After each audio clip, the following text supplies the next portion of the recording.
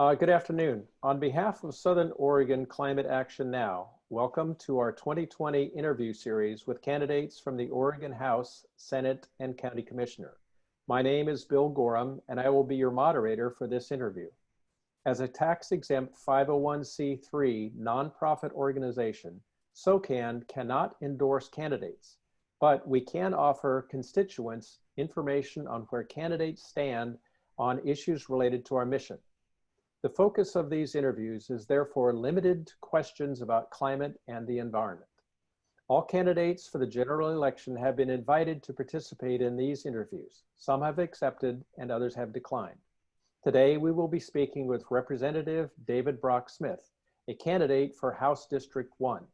Thank you, Representative Brock Smith, for joining us for this session. The format is simple. We will have 2 minutes for candidates' introductions, followed by 9 questions, each read by me.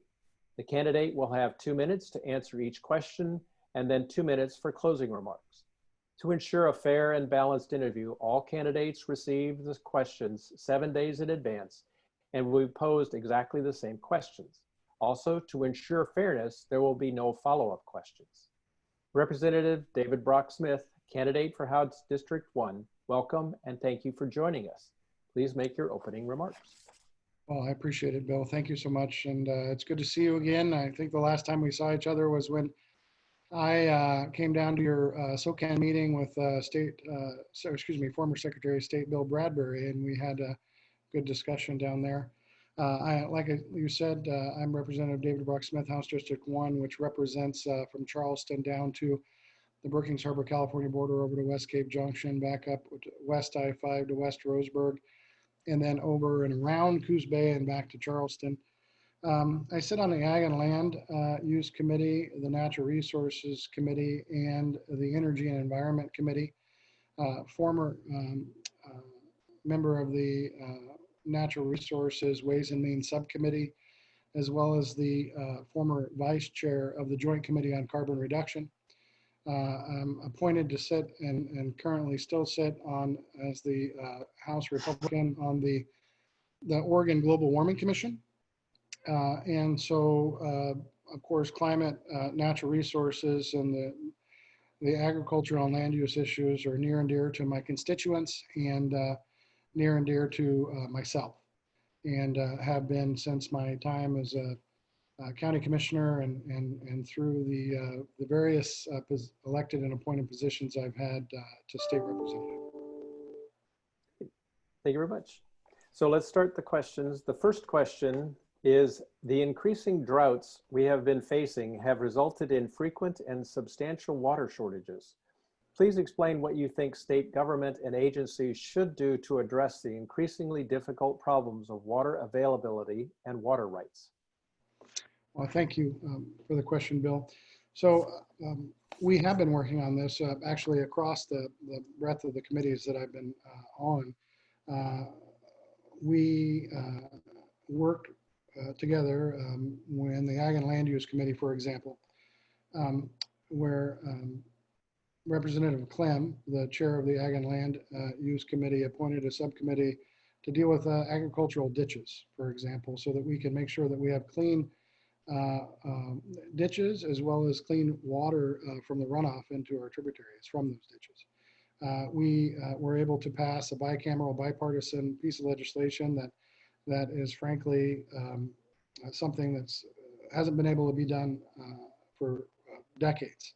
And this will allow ODF&W and Oregon Department of Agriculture to come in and actually examine those areas and allow for greater opportunities to have clean water for irrigation purposes and for some on-ed species. I've been working with Representative Helm on legislation on how we can have pressurized systems for our farmers and ranchers rather than open ditches and open canals, for example, so that we can retain water and the ability to do so in a way and limit evaporation for those water shortages. And then, of course, we've been working on ways on how we can work on the the levee systems that are old and failing, and so that we can protect those and waterways and access as well. Okay, thank you. Second question is, offshore wind has the potential to provide both substantial energy and economic development to southwestern Oregon. What will you do to support the quick, responsible development of offshore wind? So I've been involved in a number of conversations. As you know, that there's a group working to look at offshore wind potential off of Southwest Oregon. It's been something that, and former, excuse me, my colleague, Representative McEwen, has looked at that as well. My concerns are, I looked at offshore wind technology when I was in the county commissioner back in the day. We have to be careful with regards to our fisheries and the access to those fisheries for our coastal communities as well. And so when it comes to the potential energy benefit, we also have to be careful that the burden of the possible increased cost on electricity doesn't fall onto our residents with the deployment and construction and ultimately power purchase agreement and sale of the energy. The folks of Southwest Oregon rely on, of course, a lot of us rely on the Bottomable Power Administration and the hydropower that is produced, which keeps our electric rates fairly low. And so any offshore wind energy projects need to have stakeholders at the table to make sure that they aren't impacting our fisheries and that we can guarantee that rates still remain low for those customers. I'm a big supporter of terrestrial wind development and have all we have some area here in North County for that terrestrial wind development that I've been involved with for a number of years, and I look forward to continuing those efforts as we move forward. Third question, Oregon's wildlife management plan has included removal of wolves from the state endangered species list and a proposal to allow bear hunting along the Wild and Scenic Rogue River. Do you think it is important to conserve Oregon's bears, endangered wolves, and other wildlife species at risk? Please explain why and identify where this ranks on your priority list.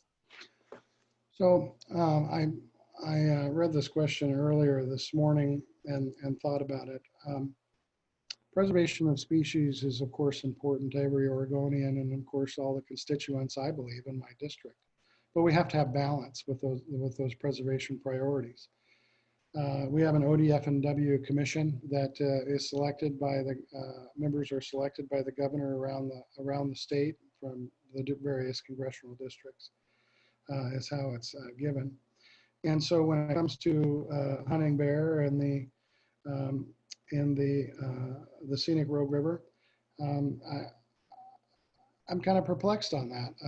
I don't know that we need to do that considering the number of bear that we have. Now, I live up against the woods here and with the Elk River Valley on the other side of my hill, and had a bear in my backyard yesterday. Excuse me, night before last. As far as the wolves go, we have to balance the preservation of our wolf species and those of the preservation of our ranchers that we have around our state. I believe, in closing, that the ODF&W Commission is appointed to make these recommendations based on data from Oregon Department of Fish and Wildlife. And I have been a strong advocate to make sure that that department has the necessary resources to provide the scientific data to give the recommendations to the commission for the commission to make those decisions to move forward. Thank you. Number 4, given that some segments of Oregon's population suffer more extensively than most from adverse climate impacts and toxic pollution, how should we invest in correcting health and other social inequities as part of our response to climate change? I appreciated this question, Bill, because so in the last session, we're only allowed 2 pieces of legislation, and one of my pieces of legislation was House Bill 4151. And so since Portland, for example, has some of the worst pollution in the state due to transportation emissions that are occurring, because frankly, 2/3 of the population live in that region, how can we help deal with not only the pollution aspects, but the social aspects and the social inequities for folks to be able to reduce, if you will. And so in essence, what my legislation did was is increase the privilege tax that was passed in the transportation package in 17, but only in the Portland metro area. And what the privilege tax does is a tax on new vehicle purchases. But only on the Portland metro area, to then increase, double really, the EV incentive rebate for individuals to transition to electric vehicles, but only within the Portland metro area. And then it would actually, for low-income families, it would actually add another EV rebate as well. And so we could address those emissions and the pollution emissions, as well as the social inequities with transitioning to EV vehicles, thus lowering the emissions in the most urban area of Portland. And it was a kind of a pilot project there so that we can transition it out to other urban areas in the state that have equal or other issues with regards to pollution. But unfortunately, it was not the favorite piece of legislation and did not move forward in the session. Okay, thank you. Question number 5, how do you think the state should promote and invest in clean jobs and a green economy as part of our efforts to reboot the economy following the COVID-19 crisis? Well, I think there's a number of ways, but one of the opportunities that I had when we were having discussions with regards to cap and trade, for example, was the ability to do wetland expansion and improvement projects. We know that our wetlands are some of the largest carbon sinks around. And we have a number of wetlands that butt up, especially on the west side, we call it, with our farmers and ranchers in the state. And so the ability to utilize resources is really a multiplier to invest in agreements with those adjacent farmer and ranchers so that we can have buffer zones associated with those wetlands. Those farmers can then be paid.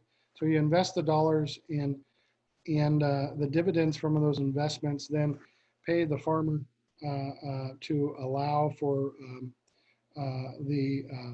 basically the dual access or and dual use buffer zone next to those watersheds and wetlands.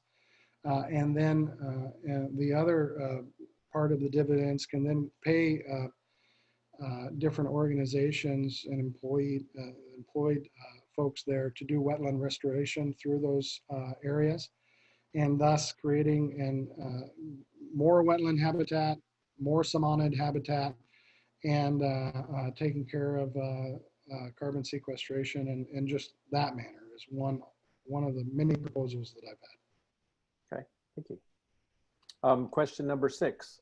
Given the consensus among climate scientists that global warming is a reality and human activity is largely responsible, what do you think are Oregon's top 3 or 4 priorities to address the climate crisis? So Oregon's biggest emissions come from the transportation sector. And in fact, in our recent Global Warming Commission meeting, we're looking at natural and working lands as well. And so the consumption impacts of emissions are rising. And so one of the conversations that I had with those consumption impacts, for example, was the fact that we're going off in 1990 to present, but we have roughly 1.5 million more people in the state. And as emissions with regards to those, because of the clean fuels programs and various things that Oregon has already done legislatively to reduce emissions, consumption emissions are still increasing. And so there's many things that we can do as far as farm shares and other efforts that are occurring. But to pin down the top 3 to 4 priorities to address the climate crisis, we have to remember, and I proposed a -60 amendment to the cap and trade bill in the 19th session, that we need to look at how we're going to measure those emissions if holistically throughout the state. So I think there's a number of ways that Oregon is currently addressing the problem, and there's more ways that we can move forward, and it's going to take longer than 2 minutes to discuss it. Appreciate that. All right, thank you. Number 7, do you support Governor Brown's Executive Order 20-04 establishing an Oregon Climate Action Plan? What elements of the executive order do you think should be strengthened and how? I do not support the executive order. And I don't support the executive order for a number of reasons, but the main reason is because I believe it's a violation of her ability to move forward with an executive order of that magnitude. The legislative body has been entrusted by the Oregon Constitution to move forward with legislation that of these manners. And I don't believe that the governor, because of the failure of moving forward with legislation, has the ability through executive order to implement through different agencies and directing their different agencies to do so. To that end, there's been a collaborative effort and a recent lawsuit filed against the governor by the business community of the state,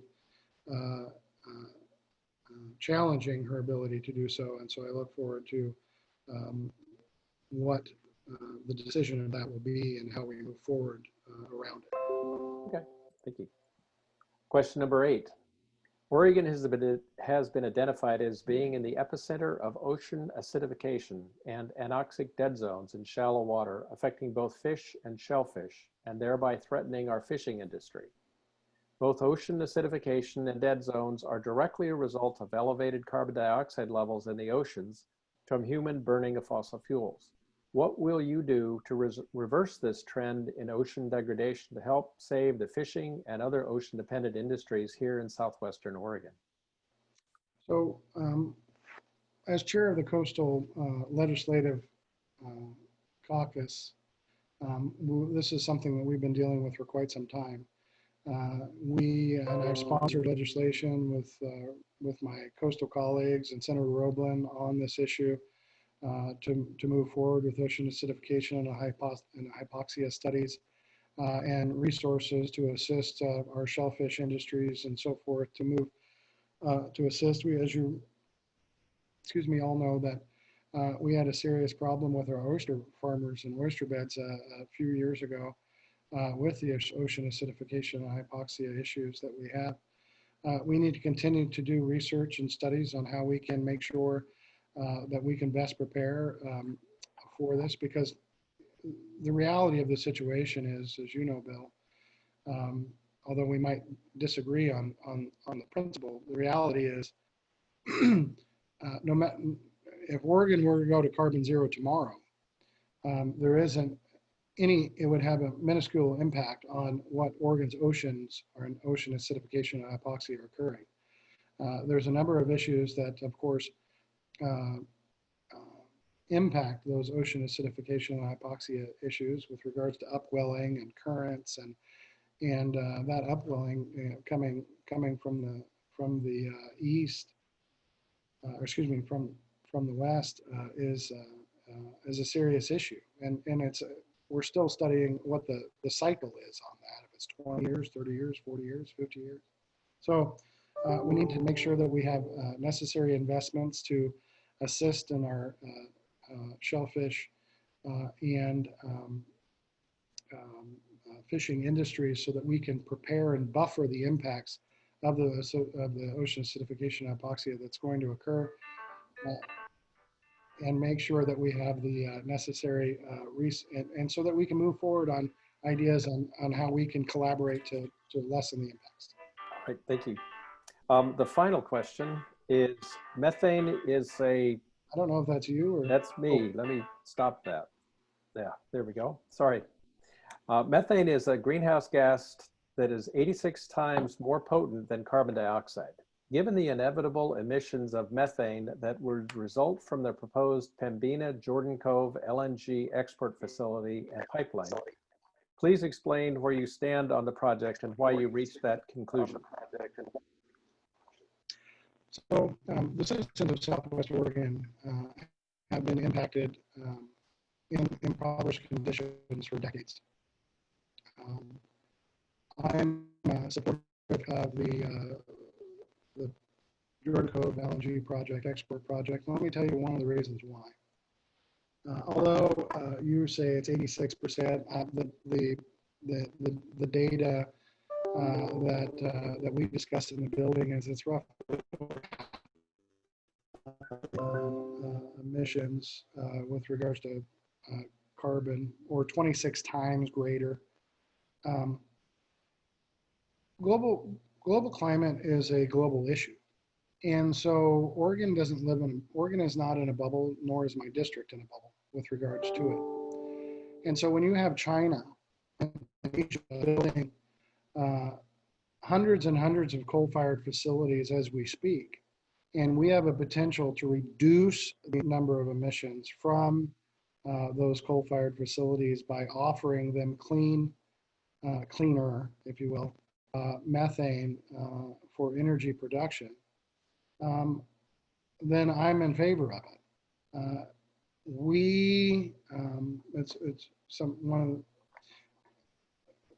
They're moving forward with their own electrical needs and their grid needs as we have as a country over time.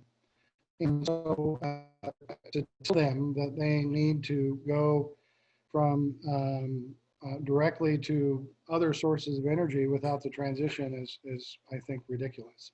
And I believe that not only the jobs that will be created, but the opportunities associated with it will assist, and it will lower the amount of emissions globally, because we are going to be reducing the number of coal-fired facilities for energy in the Asian markets, and therefore its benefit globally will benefit all. Okay.